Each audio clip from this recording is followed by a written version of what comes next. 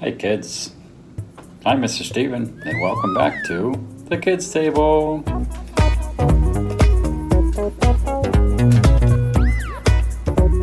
Have you ever wanted to help someone and just not know how to do so?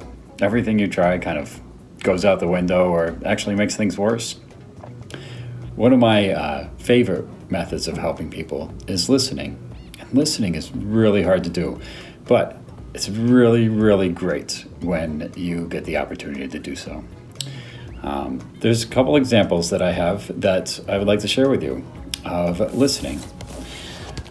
The Rabbit Listened by Corey Dorfield is a fantastic book. In it, there's a boy who has something that happens to him that is upsetting. And he has a bunch of different animals, an elephant, a bear, a chicken, many different animals that come up with their ideas of what he can do to solve his problem. And those animals, they end up just walking away because he doesn't really receive them. But then there's the one animal that comes up. It's the rabbit.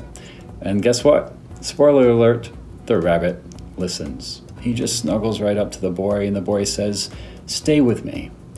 And he shares with the rabbit. And the rabbit holds him, listens to him, and cares about him. And he's able to get through his emotions, all of them, with the rabbit just listening. And then he continues on in his journey. It's a beautiful story. I highly recommend it.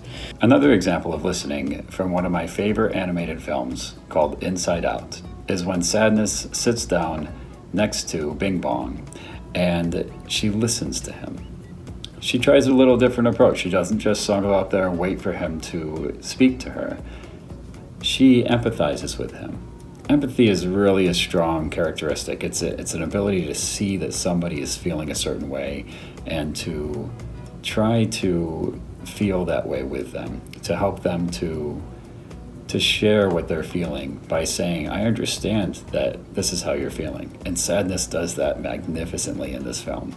And Sadness just gets Bing Bong to open up and to share his emotions and to feel what he's feeling.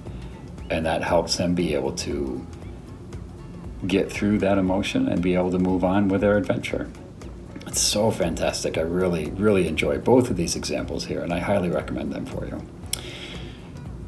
And then I hope that throughout this next week, you practice listening, even if it's just listening to the birds singing in the morning when you wake up, or listening to your siblings talking, or listening to books being read, or listening to anything around you.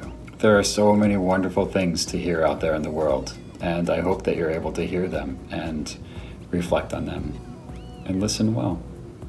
Thank you for joining me at the Kids Table. Bye-bye.